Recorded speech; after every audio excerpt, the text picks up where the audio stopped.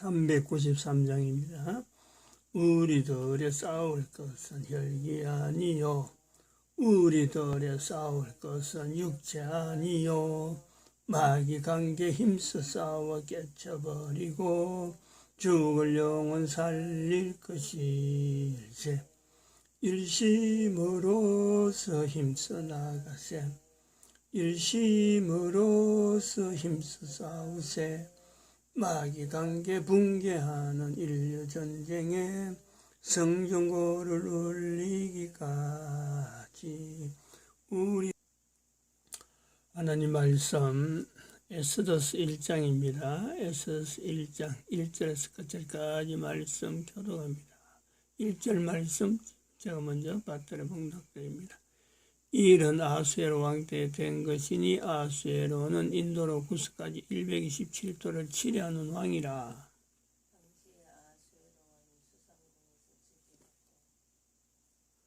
너희가 하나님의 성전인 것과 하나님의 성령이 너희 안에 거하시는 것을 알지 못하느냐.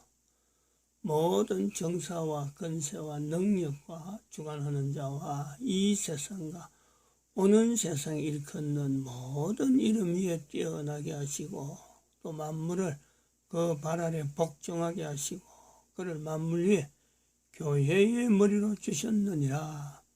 교회는 그의 몸이니 만물 안에서 만물을 충만케 하시는 자의 충만이니라. 평강의 하나님이 친히 너희로 온전히 거룩하게 하시고 또 너희 온 영과 혼과 몸이 우리 주 예수 그리스도 강림하실 때에 흠없게 보존되기를 원하노라. 너희를 부르시는 이는 이쁘시니 그가 또한 이루시리라. 진정에 들어다니며 백성에게 명하여 이르기를 양식을 예비하라. 3일 안에 너희가 이 요단을 건너 너희 하나님 여호와께서 너희에게 주사 얻게 하시는 땅을 얻기 위하여 들어갈 것임이니라 하라.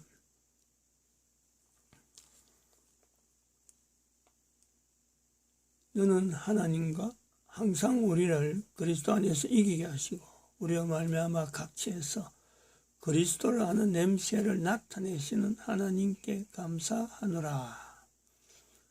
너는 하나님과 화목하고 평안하라. 평안하라. 그리하면 복이 내게 임하리라. 너는 범사에 하나님을 인정하라. 그리하면 내 길을 지도하시리라. 2021년 10월 1일입니다. 10월 1일 금요일입니다. 2019년 10월 3일 아주 대한민국의 역사적인 날, 정강훈 목사로 하여금 광화문 집회를 열게 되는 첫 어떤 날로 보죠. 여러 집회가 많이 있었는데 오늘날 광화문 이래 광화문 집회를 할 때 그것을 10월 3일로 꼽습니다. 10월 3일. 그때 또 저는 그것도 참석을 했죠. 그때부터 참석을 했다 보면 됩니다. 10월 3일 날 주일이고 10월 9일이 또 그 다음에 모였는데 오늘은 보니 토요일이네요. 그리고 25일이 모였습니다. 25일은 10월 25일은 이번에 보니까 월요일이네. 월요일. 우리가 10월 달에 들어와서 집회 이야기를 하는 이유도 또 있지만은 엑소더스를 하면서 엑소더스에서는 사실은 역사서, 성경의 역사서를 여호수아서부터 시작해서 거기 엑소더스가 마지막이니까 역사서를 마지막으로 하려고 역사서를 이제는 너무 길다, 너무 긴 내용 이 정도 하면 되겠다. 근데 끝을 내야 되겠다. 그래서 끝을 내는데 성경의 역사서가 에스더니까 에스더서를 한번 하고 가야지. 그래서 끝내는 표시를 해야지 했는데 그 에스더서를 하면서 또 지난달 9월달이죠. 9월달 아프가니스탄에 대한 이야기를 하게 됐고, 아프가니스탄에 대한 이야기를 마치는 쯤에 또 이 민주노총에 대한 10월 달에 민주노총이 그 집회를 한다. 그거는 9월 달이 아닙니다. 그 광고는 아마 상당히 오래됐죠. 7월 달이나 6월 달쯤부터 정광훈 목사 입을 통해서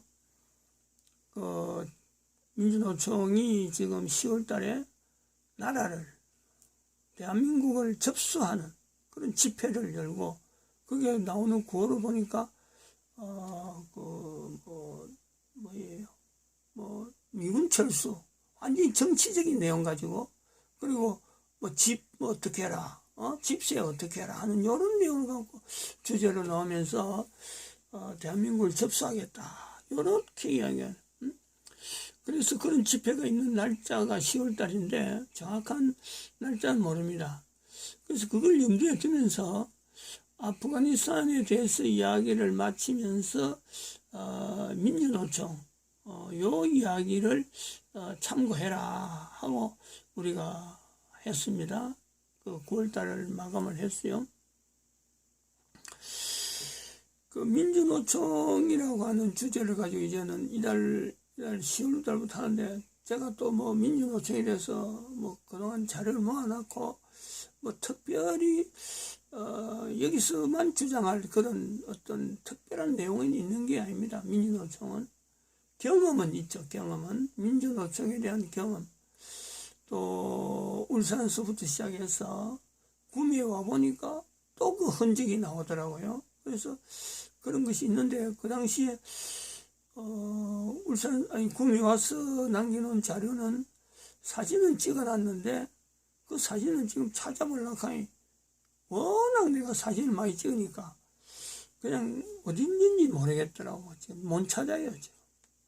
그리고 그 사진이 들어있는 여기 핸드폰으로 캠코더로 찍었죠. 일부러 집에 와서 캠코더를 찍었는데, 들고 와서 다시 캠코더를 찍었는데, 그 캠코더를 찍은 그 파일은, 사진이 있는 또 컴퓨터가 고장이 나가지고 지금 소송 중에 있는 그 컴퓨터거든. 자료가 없어요.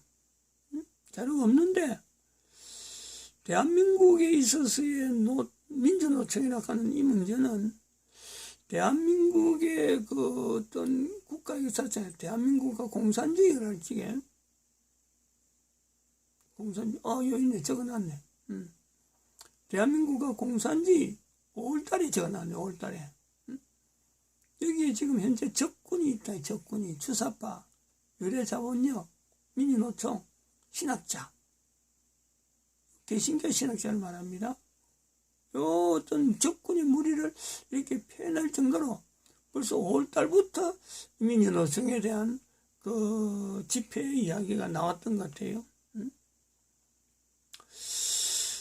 그래서 이 내용에 참 시각이죠. 일종의 그 목사 한 사람의 시각, 또 목사 되기 전에 민주노총에 대해서 이렇게 경험했던 내용들, 그것이 바탕이 되어서 민주노총에 대한 자료를 지금 남기려고 하는데, 이 민주노총에 대한 그 인식, 우리가 보통 보편적인 인식은 그렇습니다.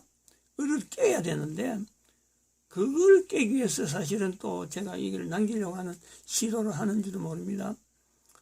민주노총과 대한민국의 노동조합 총연합회가, 여기 노동자 총연합회가 이게 노총입니다. 노총.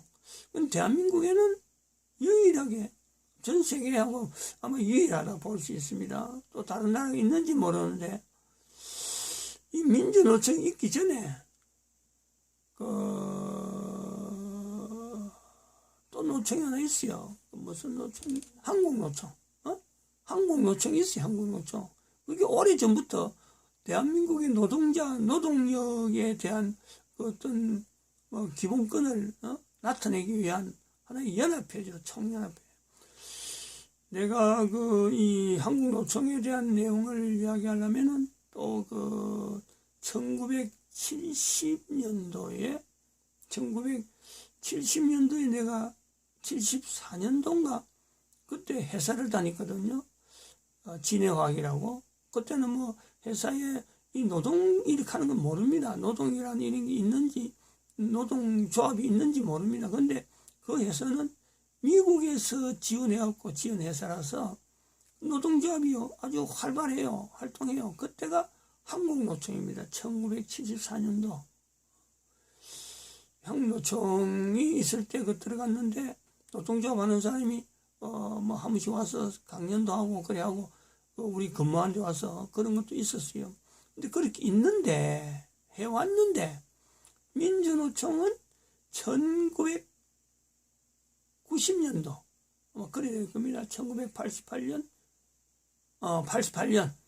1988년 저거 올림픽 올림픽 열리고 1986년 저쪽에 서울 아시안 게임 아시안 게임이 있고 그 다음에 88에 민주노총이 있는데 아마 87년도인가 그럴 겁니다.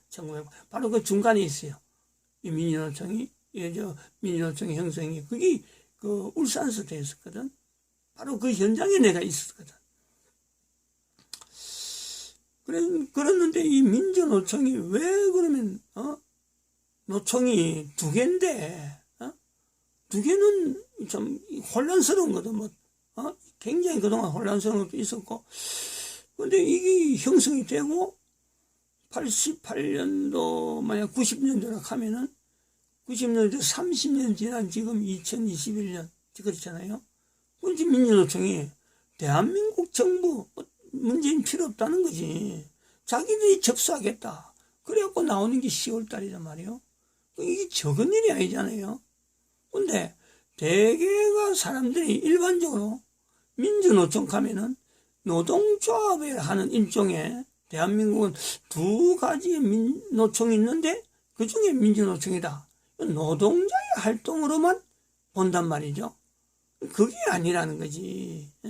지금 제가 이야기하려고 하는 그 시도는 그래서 이런 시도를 하고 있는 이런 거 가지고 있는데 오늘은 이제 첫 시간이니까 대한민국의 전문가 민주노총을 바라보는 어떤 언론인은 이걸 도대체 어떻게 민주노총을 보는가, 현재 위치에 민주노총이 어떤 자리를 대한민국의 위치를 차지하고 있는지 보고 있는가 하는 내용을 지금 여기 한번 표현을 해봅니다. 이 조선일보에 있는 사람인데, 조선일보죠. 김광일이라는 사람, 이 뭐 시사평론가죠. 조선일보의 시사평론가입니다. 참 이 사람이 말하는 내용을 한번 들어보시죠. 대한민국은 지금 민주노총 공화국이다. 제목이 그렇습니다. 한번 들어보시죠.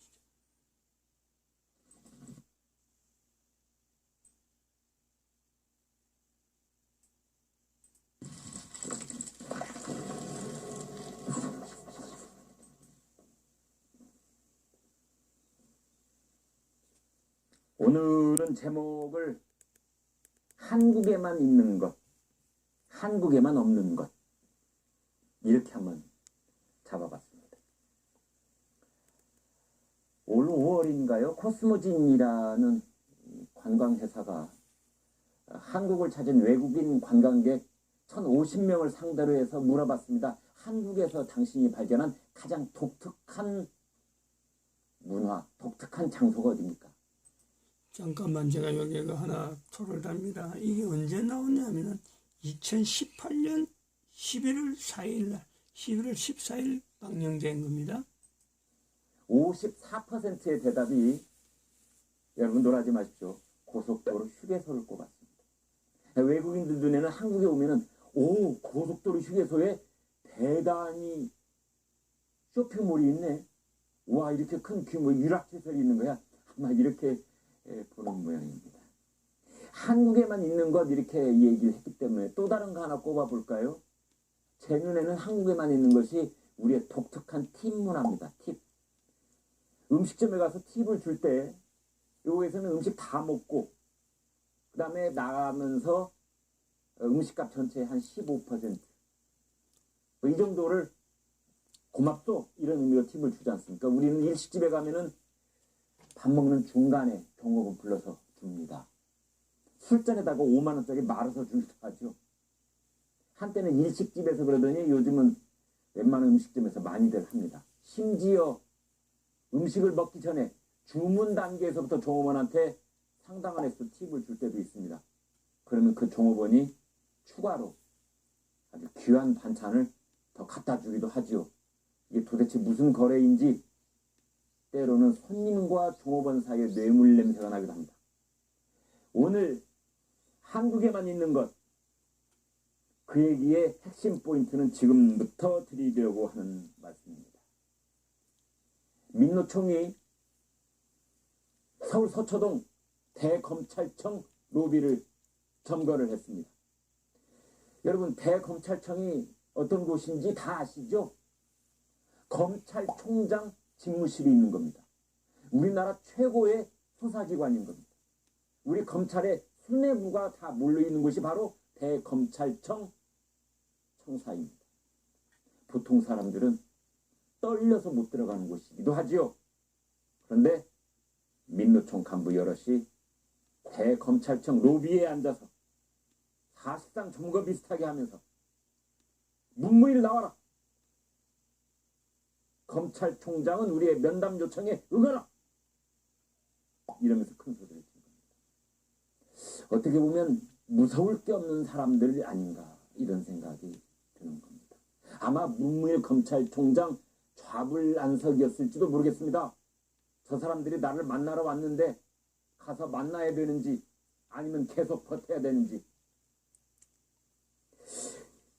제가 프랑스에 7년 동안 특파원 근무를 했을 때 이 프랑스 노조가 아주 강합니다. 아주 극렬하게 폭력적으로 시위를 하기도 합니다. 도심에서 폐타이어를 불태우기도 하고 노조가 바리케이트를 세워가지고 모든 통행을 가로막고 시위를 하기도 하고 뭐 그렇습니다. 그렇지만 그 강력한 프랑스 노조조차도 검찰청을 점거하는 건 보지 못했습니다. 우리나라를 민주공화국이라고 하는데요. 대한민국은 민주공화국이다. 이게 헌법 첫머리에 나온다면서요. 한 글자만 바꾸고 싶습니다. 대한민국은 민노총 공화국인지도 모릅니다.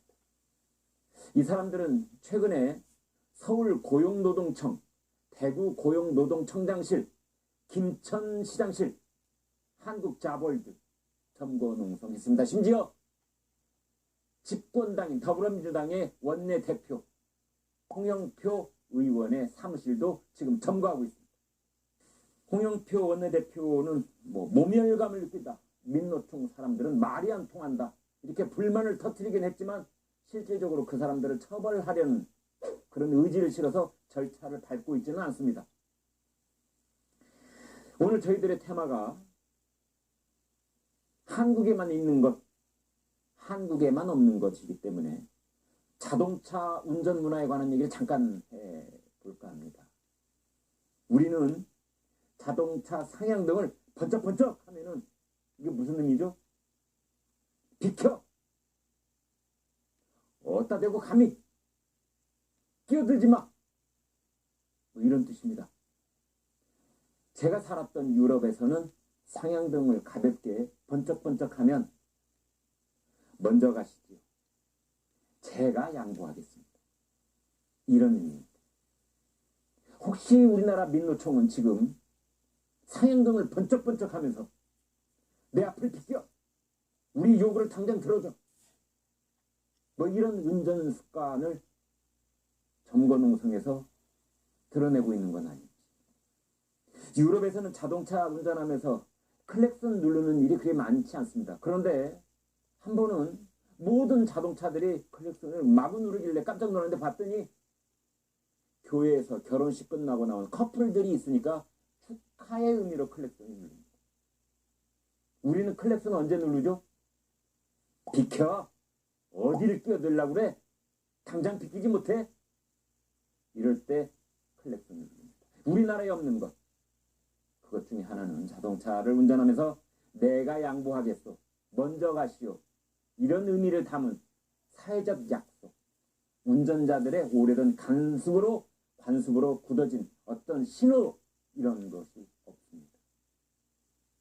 민노총이 지금 7곳 이상을 점거해 오면서 심지어 서초동에 있는 우리나라 검찰 수뇌부 최고 수사기관까지 점거 농성을 하면서 민노총한테는 양보를 표시하는, 브레이크를 내가 먼저 밟아보겠다는 이런 식의 신호를 내는, 그걸 기대하면 지금 너무나 성급한 기대를 하고 있는 것일까요? 지금 민노총이 지금 문재인 정권의 가장 굳건한 지지 기반이었던 민노총이 문재인 정부의 배반을 느낀다, 문재인 정부에 실망했다 이러면서 이제 곳곳을 점거하고 농성하고 국회에도 찾아간다고 하죠. 이런 양상을 보이고 있는데, 심지어 검찰 수뇌부, 대검찰청 로비를 점거했다는 소식에 많은 법조인들, 법조 출입기자들 깜짝 놀라고 있습니다. 이게 바로 대한민국에만 볼 수 있는 모습이기도 합니다. 저희가 대한민국에만 있는 것, 한국에만 있는 것, 이런 타이틀을 붙여봤기 때문에 혹시 의견이 있으시면은 저희한테 주시면 따로. 이 사람의 입장은 그렇습니다. 뭐 참 사회적인 주제 하나 가지고 지금 이렇게 조선일보 안에서 하나의 이걸 자기의 상품으로 하는 그런 사람입니다. 그래서 표현이 상당히 부드럽죠. 부드러운데 부드러운 중에 우리가 이게 하나 그렇네요.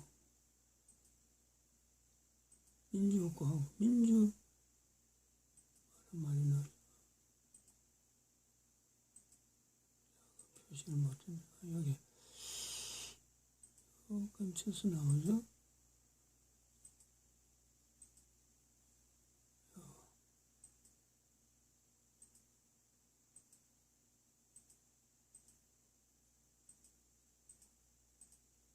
요거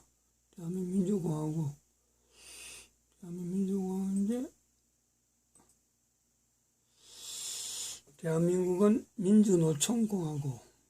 여기 2018년도 이야기거든요.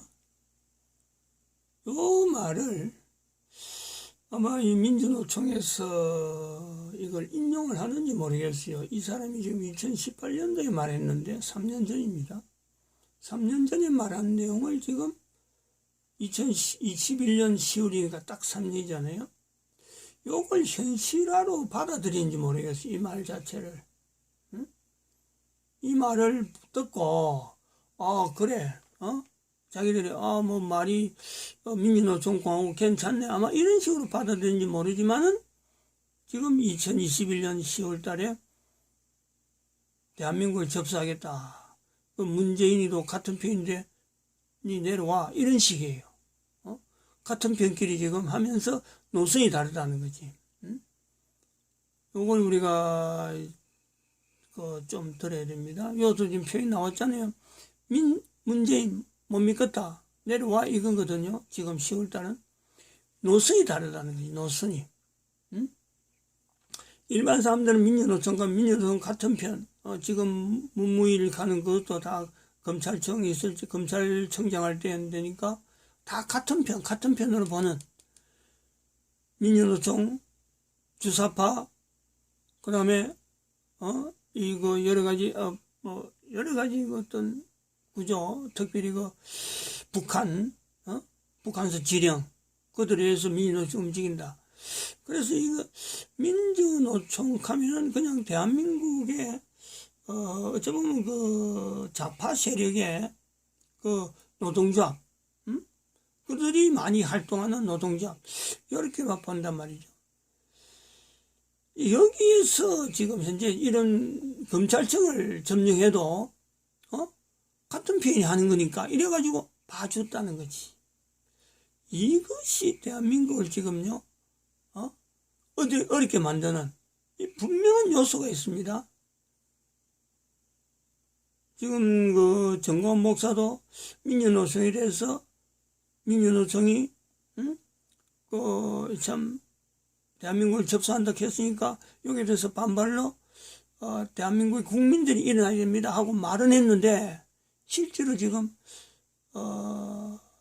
10월달 되기 전에 여기에 대해서 어떻게 대처하지, 어떻게 하면 이 민주노총을 이 집회를 뭔가 무마시켜서 우리가 구체적으로 뭔가 하지, 이런 내용은 없어요. 이게 정광훈 목사조차도 이 민주노총이 이런 말이 국가를 접수한다 하는 이런 말을 이걸 그렇게 뭐 되겠나, 뭘 한다고 그런 말 해 보고 있거든요. 저는 그걸 그렇게 보지 않는다는 거지. 저는 개인적으로는 그렇습니다.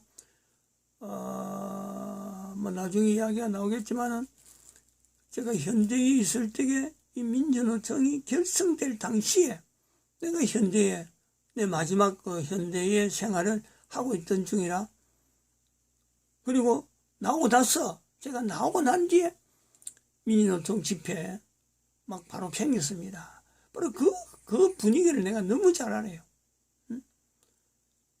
기존에 해오던 회사가 기존에 해오던 어떤 그 룰로 가지고 이 민주노총을 제어해보려고 그들의 집회를 무마시켜 보려고 아무런 방법을 써도 안 됩니다. 이건 안 돼요. 마찬가지요. 지금 봐봐요. 요즘 검찰청을 점령하고 있는 세력이 민주노총이고, 그다음에 집권 여당의 당 대표, 그 집무실을 점령하는 것이 민주노총입니다. 점령 못할 게 없어요. 청와대라고 뭐 별수냐 대수냐 보고 있는 거예요. 그게 자기들 편이 다 들어있는데 문재인 하나 끌어내리는 거요? 별로 어려운 거 아니었습니다. 그건 들어가서 쫓아내면은 끝나는 거예요. 쉽게 말하면 그런 거예요. 같은 편끼리라는 거지. 그런데 지금 행보가 같은 편으로 볼 수 없는 이런 행보를 지금 보이고 있는 것이 민주노총인데, 도대체 민주노총의 어떤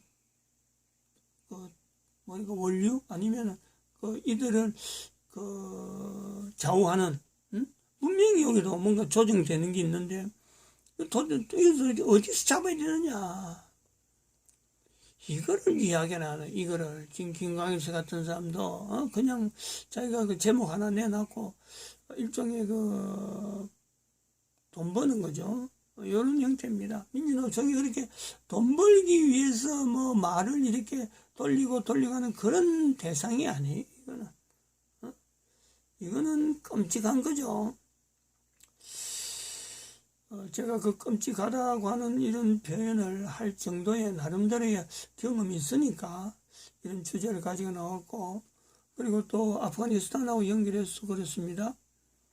경제협력을 위해서 대한민국에 요청을 하고 하지만은 경제협력을 바라는 곳곳에 경제협력을 하는 곳에는 반드시 노동시장이 형성되는데, 기존의 노동시장으로 형성되어도 민주노총이 만들어지는 판에 지금의 만약 아프가니스탄의 경제협력을 위해서 노동자들이 활동한다 그러면요, 거기는 주가요 민주노총으로부터 시작하는 그런 나라가 된다는 것이, 그걸 우리가 경계를 해요. 경계를. 도대체 민주노총이 어떤 뿌리로 시작돼서 어떻게 현재 아프가니스탄에 침투돼 가지고 이것을 국가 세력으로 만들려고 하는, 다시 말하면 잘못하면 대한민국이 민주노총 공화국이라는 말이 나오듯이 아프가니스탄은 하자마자 민주노총에 의해서 나라가 좌우되는, 어쩌면 민주노총의 공화국이 아프가니스탄이 될 수 있는 그런 요소가 있다, 이래 봅니다. 마칩니다. 기도드립니다.